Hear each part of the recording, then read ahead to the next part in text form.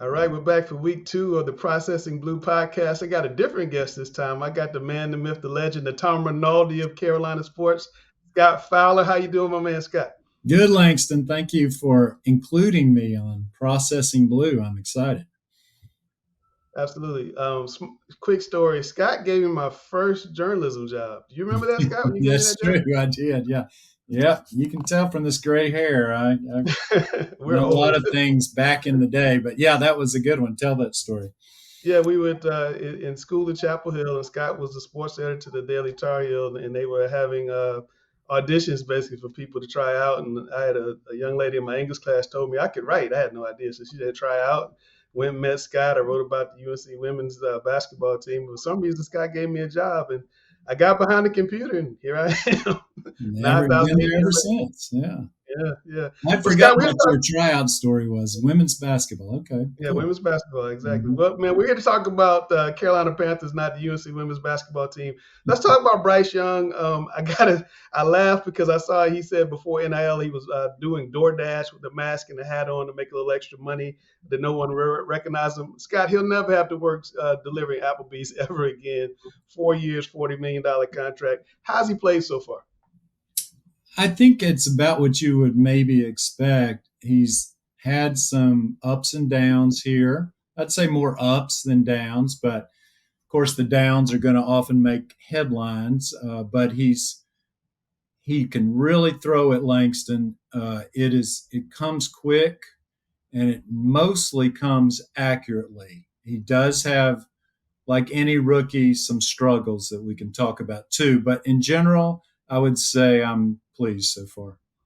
Okay, now I also saw you write that he's thrown 4 interceptions in 4 practices. Is that something we should be concerned about? Mildly, I would say, concerned. You don't want that, and Tom Brady wouldn't have done that, or Peyton Manning at late in his career. But rookies do that. Mhm. Only one of the four Langston that I think was really bad, and that Mhm. was one where he just panicked and tried to throw it away in the middle of the field. Never a good idea, and it got picked. He threw one today. We're speaking on Tuesday, and he threw one in the end zone that was a difficult throw. But I think that they're telling him, make those difficult throws now, make those mistakes now, Bryce. So mildly concerned, but with those 4 interceptions, if you're counting, I mean, he's probably thrown a dozen touchdown passes or so during that time too. Well, I have to note that Peyton Manning, as you mentioned, he threw 28 picks as a rookie. So hopefully we won't get that out of Bryce. But how do you think Bryce is going to do this year for the Panthers compared to the last group of quarterbacks we've seen post playoff Cam Newton? Well, he'll be better than most of those guys, but the bar is not too high. Yeah. Right? Yeah, you're speaking about a fairly low bar once you go post Cam, or even Cam 2.0, the second version, which was Right. very compromised. Those guys. There was some good games. I mean, we forget, but a guy like Kyle Allen, I think he might have won his first 4 starts. He There's a did. few guys who had some moments, but they've never had the consistency at quarterback, and that's what's been the killer. I mean, for the reason they Right. haven't made the playoffs the last 5 years in a row, have not had good quarterback play. Yeah. Well, any quarterback is only going to be as good as his receivers. I mean, let's talk about some of the guys that are catching the ball. I've heard a lot about DJ Chark in the preseason. Let's start there. Your thoughts about DJ Chark, and can he become a guy for Carolina this year?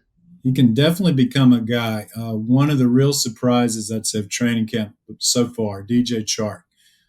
Both personality wise, got a great personality, which I didn't know, and also just he's there a lot. You can tell that Bryce is looking for him a lot. Like, I don't notice the other guys as much. I mean, there's, Terrace Marshall or Jonathan Mingo or all these guys who are going to Thielen. I've seen Thielen flash several times.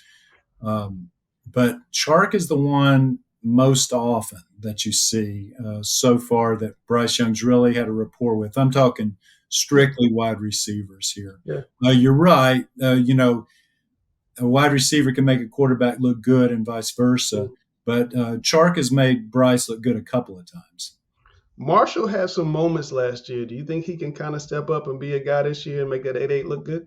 I sure hope so. Marshall, under the previous Matt Rule coaching staff was kind of odd man out. They obviously were not real high on him because he didn't play very much.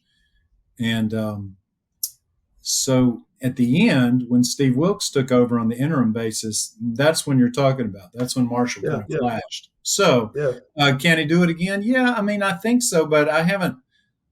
Like you're not seeing it on every play or anything like that. I mean, I would say this: none of them look as good as DJ Moore did. DJ Moore was a Mm, stud, yeah. and DJ Moore. There is not a. I'm not saying there's not a DJ Moore on this roster.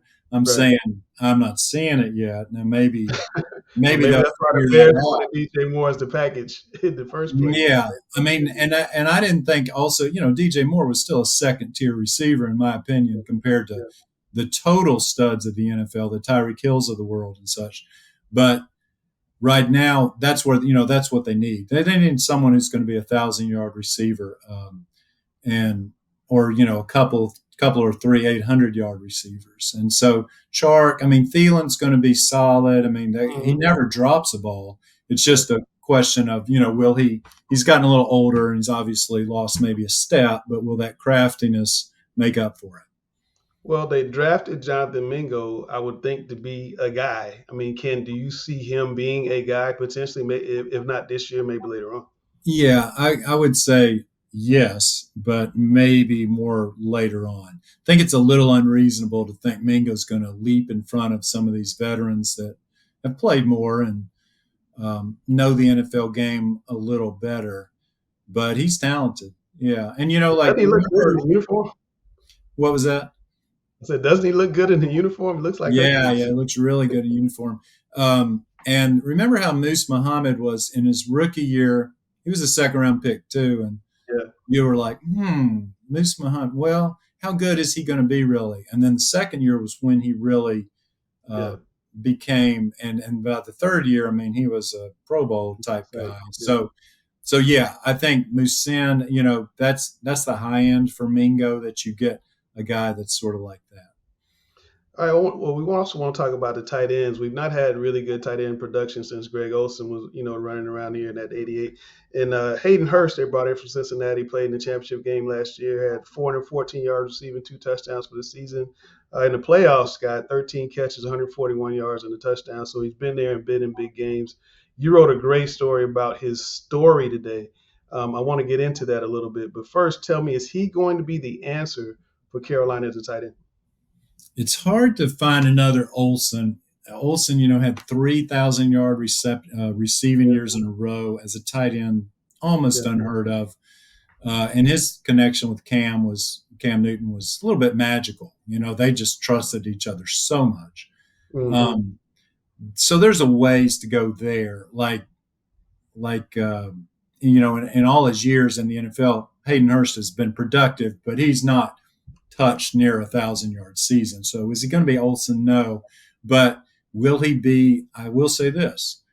He has become an immediate one of Bryce Young's favorite guys. Mm-hmm. And you see this you saw it again this week in the red zone drills. I mean, they are looking for Hayden Hurst, who's very recognizable. He's 6'6", or 6'4", 260 pounds. He's got red hair that's sometimes in the helmet and sometimes not, but an easy guy to spot, number 81. I think Panthers fans are really going to like this guy. Well, you chronicled him in your story today. You talking about the red hair. They called him Garnett Thor in South Carolina because, Right. Yeah. yeah. So tell people about his personal story. Kind of give us the Cliff Notes version because he came from a walk-on to an NFL draft pick. Just a lot there, and I don't want to spoil it, but kind of give us the Cliff Notes version of Hayden Hurst. A lot there, and I knew some of it, but not nearly enough. And then he started telling it to me, and I was quite enthralled. Mm-hmm. He was basically a great baseball pitcher, Langston, in high school, who dabbled in football. I think he played maybe a year of high school football, but he was a flamethrower who could throw 91 miles an hour in the 8th grade. So that's where he was growing up in Jacksonville, Florida, going to a famous high school called the Bowles School. He was an All-American type baseball player. got a $400,000 signing bonus and went into the minors. Didn't, took the bonus like a lot of guys do instead of going to play college. And then he got the yips. And you know what that is, right? You can get it in golf too. But Absolutely.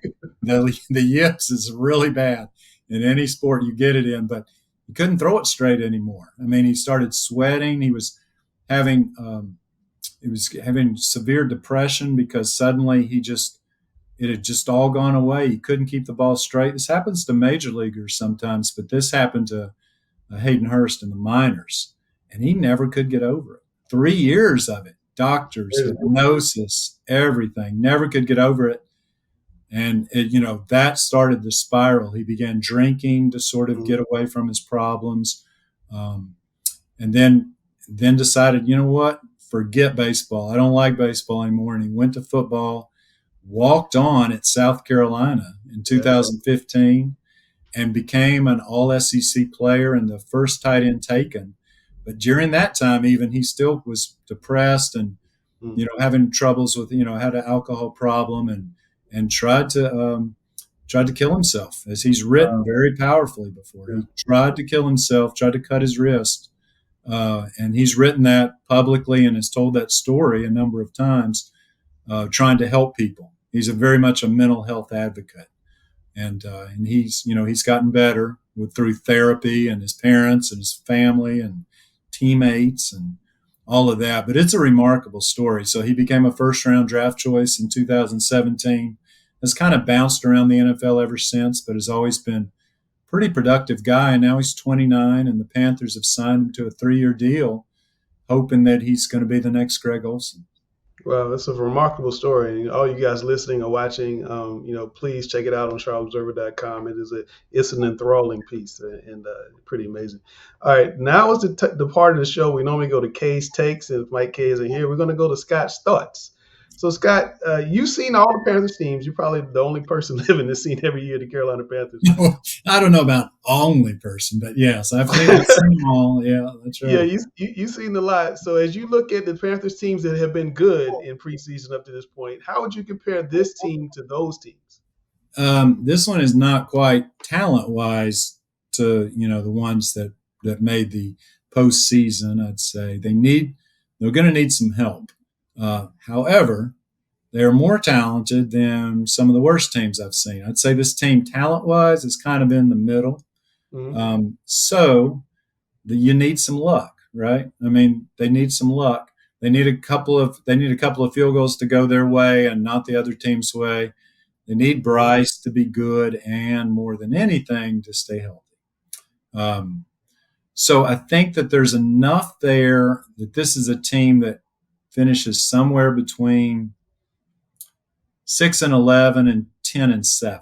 They're in that middle of the pack range, and a lot of the difference is how well Bryce plays, if he stays healthy, and if those games that are 4-point games, 3-point games, flip their way or not. How big a deal is this, Scott, that they play in arguably the worst conference in football? They're going to get 6 definitely winnable games in the NFC South. Helps a lot. Oh, yeah.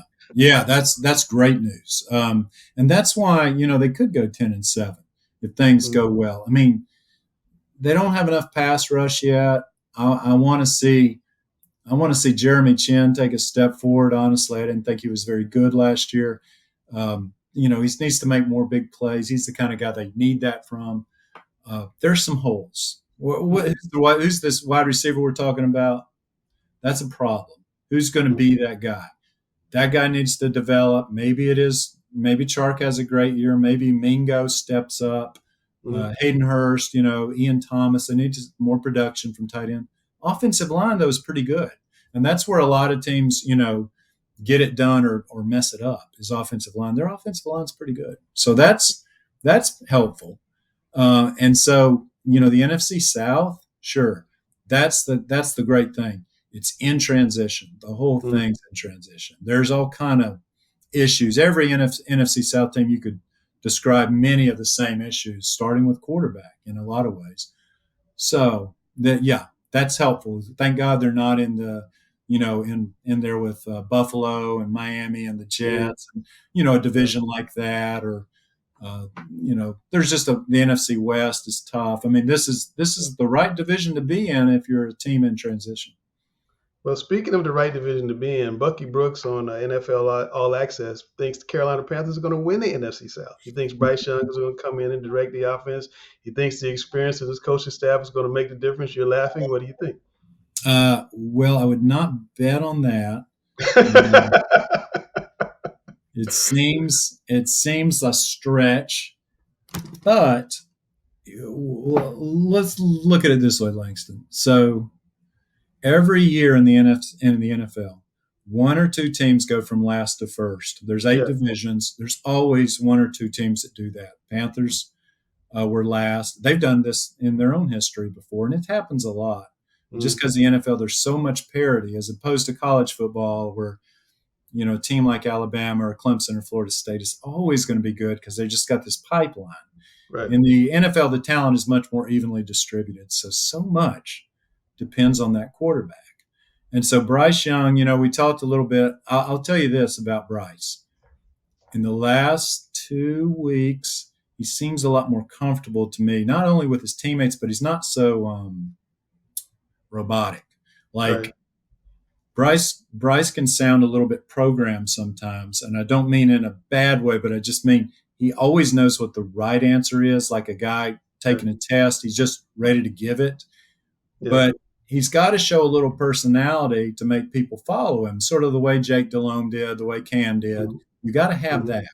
And so we've seen that a little with the door. He's willing to open up a little bit about DoorDash. That he opened up today about the song he sang, which, Keisha Cole loved. He sang this song in the Rookie Talent Show, and he was talking about his performance there, kind of making fun of himself. Right. You're seeing glimpses more of what, who he really is. He's not just a guy who, 2.3 seconds, I'm getting the ball out and I'm finding the right receiver. There's a personality there too. So all that being said, yes, Bucky Brooks, maybe, they got a chance. I wouldn't bet on it, but shoot, they might have like a 1 in 5 chance of doing that because the NFC South is fragile as they come. It's wide open at best. Yeah. All right, guys, this is episode 2 of the Processing Blue Panthers podcast. Make sure you like, share, subscribe wherever you're watching this or listening to it on your podcast. And thank you, Scott, for joining us, and we'll catch you next week. Always a pleasure. Y'all keep listening to Processing Blue. Thank you.